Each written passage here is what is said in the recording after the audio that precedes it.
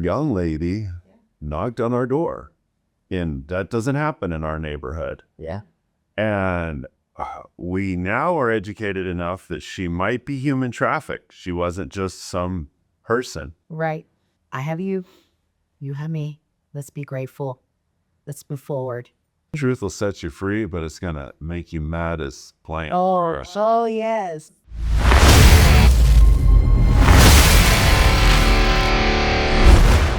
Welcome to the INNOVAT Podcast again. Been having lots of fun. I've interviewed some of your lived experience experts. They are nails and amazing. Yes. But we want... Not mine, though. They're the Lord. They're the Lord's. Their love never fails. Yes. God's the leaders who've gone through your program. Yeah. And they're an inspiration. Yes. Yes. They are. And just hearing them tell their story was super educational for me. Yeah. And I hope for our viewers. Yeah. This podcast. Yeah. Hard stuff to hear, but there's a passage in the scripture that says, "You shall know the truth shall set you free." And then Bono said something. What truth will set you free, but it's gonna make you mad as plain. Oh, yes. That's a good one, too. It's very true. Yeah. I go through that all the time. And we're going through it right now. I mean, we're in a tough transition right now. Say, what are the challenges and what are the opportunities? It's interesting. There's a lot of chaos all around us, just from a nonprofit standpoint, right? There's a lot of uncertainty. Funding's getting cut. Funding's getting cut, maybe or maybe not at the federal level. I mean, that's the maybe or maybe not. The different types of programs, depending on how you have talked about what you're doing, does your program cater to DEI, which it's just people, right? It's just people that are different types of folks, right? But if you label it that way, you could be in violation of some actual laws that are being contemplated within Congress right now, and be accused of discriminating. So that's on the table.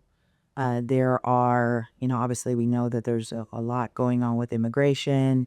There's a lot going on with tariffs. There is just a lot going on. And then the disruption through AI and technology too. And then layer that in. I mean, it's funny because I thought that we were disrupted last year when we started just with the AI, situation. And now everything else is just piled on. And so, as someone who's working with people who are trauma impacted and looking at this through a psychosocial standpoint, it's very hard to keep people focused, feeling safe, and continue them on their progress towards healing in this climate, because they're wondering what's tomorrow going to look like. But the good news is, my message I keep saying to them is, I have you, you have me. I'm grateful. Let's be grateful. Let's move forward. Let's just be grateful for today, right? And there's even scripture that says that, right? You can't, tomorrow has enough troubles of its own, right? So, and it's not promised, right? So, I just keep telling myself that, to make sure that I'm grounded and make sure that the people that I serve are grounded. So far, we've been able to move forward in a pretty positive way. Okay, so what are you most optimistic about right now that's happened this year? Well, what's coming? What are you most excited about? I think, and maybe I'm a little strange, but I think when there are these moments of adversity and moments of challenge, when you take the high road and you decide to love people in spite of the difficulty, I have found that good things come out of that. I have found that I end up in a better place than I started. Doesn't always look like that, but I have found that. And so I see certain people coming together to support each other that weren't doing that before. I see more discussions about, understanding, for example, and I saw this with COVID too. A lot of people were very empathetic towards the survivor of human trafficking because they finally understood what it meant to be isolated, lonely, to have family members that were passing away, to have to lose their jobs. It's funny how experiencing challenge raises your level of empathy for those that have maybe experienced that their entire life.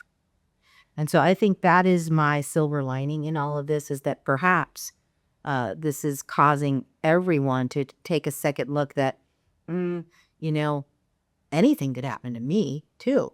I'm not insulated by my money. I'm not insulated by my status, by my title at work, by the car I drive, the house I live in. All of that can just, look what happened in LA. Who knew that was going to happen? These are the moments where we just begin to kind of, I think, have a deeper reflection on how much we've been given today and what exactly we're going to do with it. My follow-up question to that, maybe I should reverse these, but what's the biggest challenge you feel we're facing?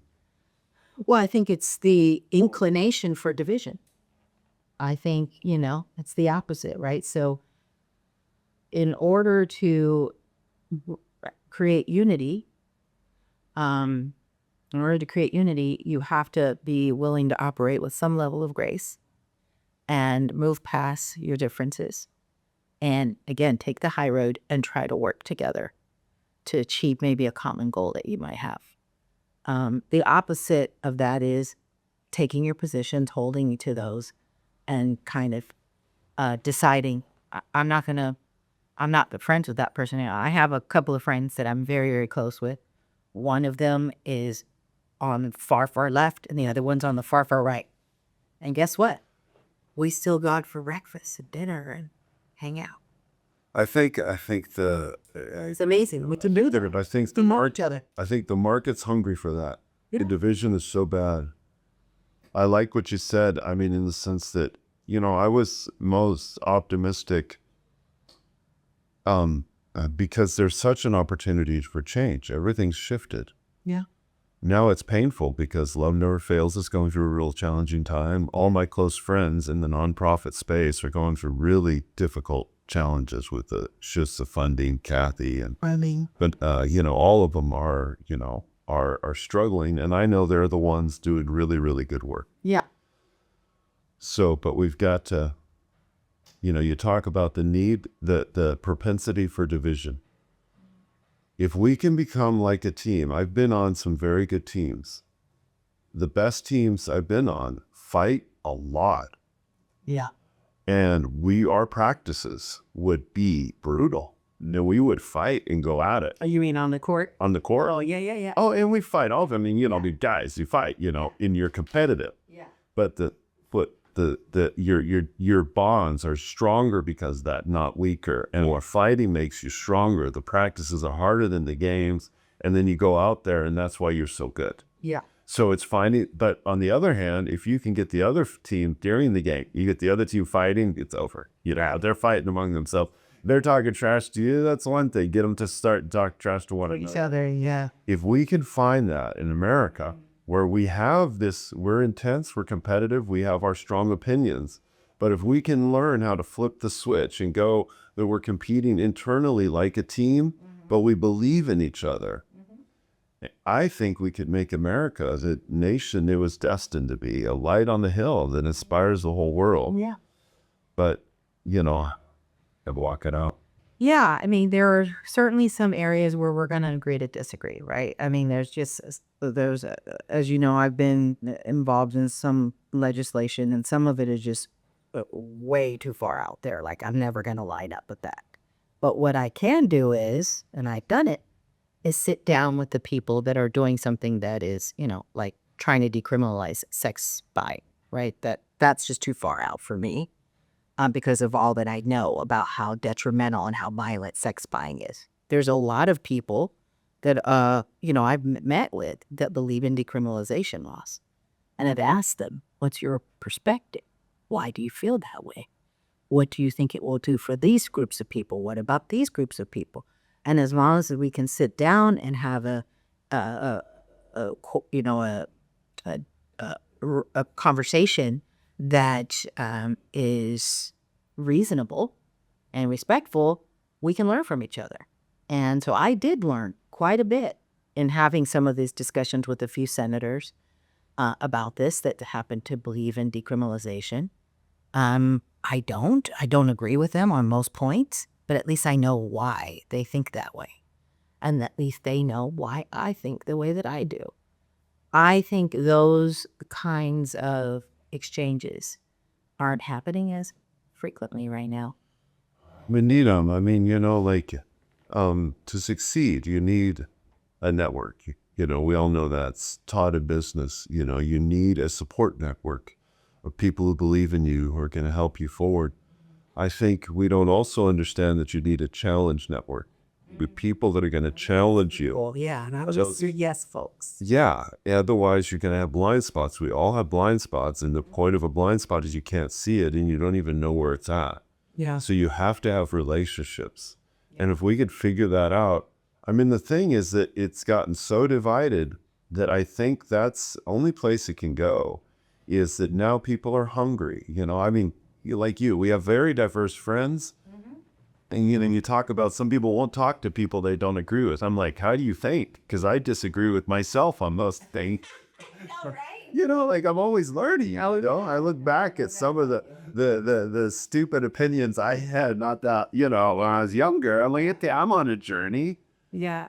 I think that's why you and I are friends, is I love that about you. I love that you will argue with me and you'll make strange suggestions.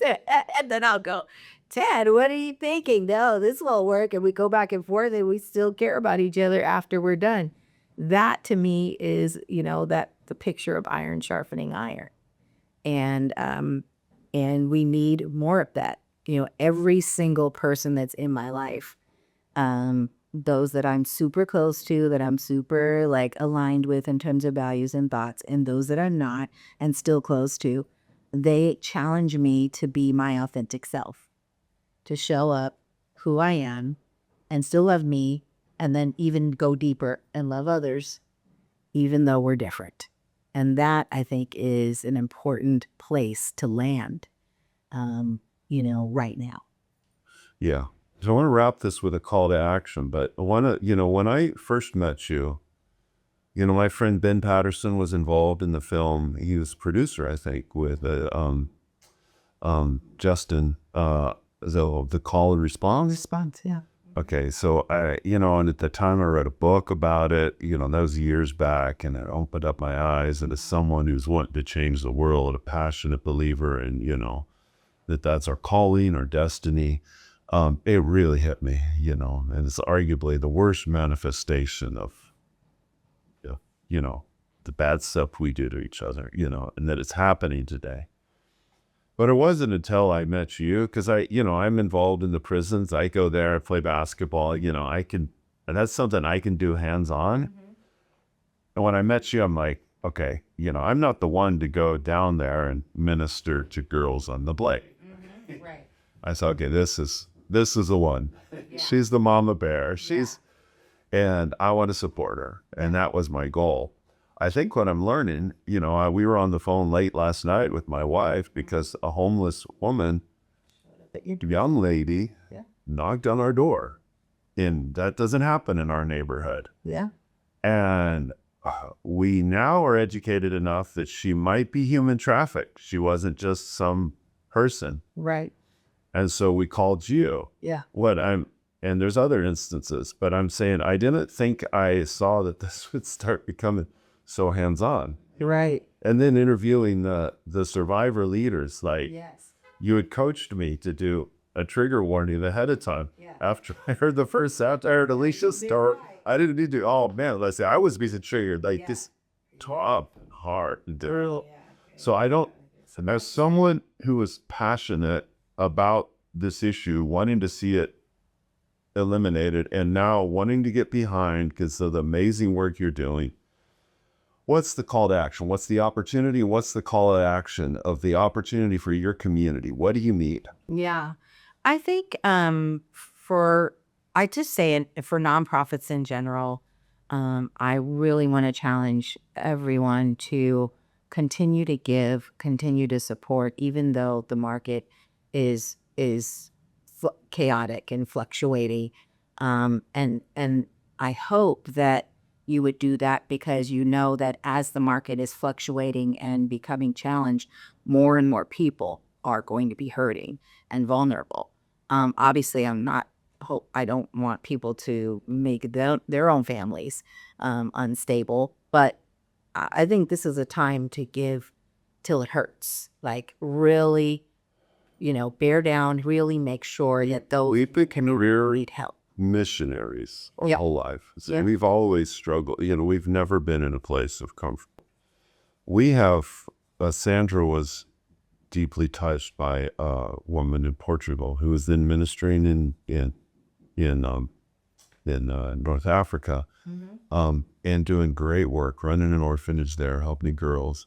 We supported her faithfully. Yeah. And we also, the money went so far there. We wanted to give enough that it would be like if we stopped, she would feel it. Yeah. And in the times when we were the most hurt, we would keep doing that.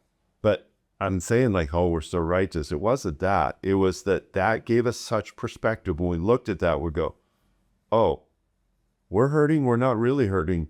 Lena will be hurting if we don't give her. And this is nothing. And it gave us this perspective. And that perspective changes your attitude. And it changes everything. Yeah. That's the opportunity I want people to see. Like, you can move in now and really make an impact when the nonprofit you care about is going through a hard time and hurting. Yeah. And what that will give to you. Of course, I believe in the divine. I believe God is watching everything. And as you sow, you shall reap too. But we sowed and we reaped such abundance because of that.